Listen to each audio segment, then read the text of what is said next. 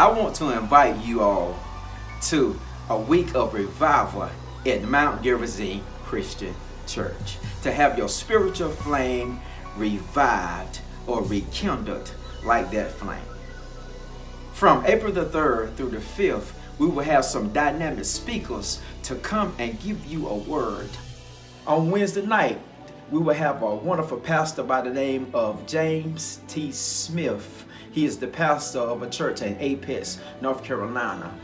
Thursday night, we will have Pastor Jeff Winley, who was just recently ordained, and he is ready to give you a powerful word to ignite you.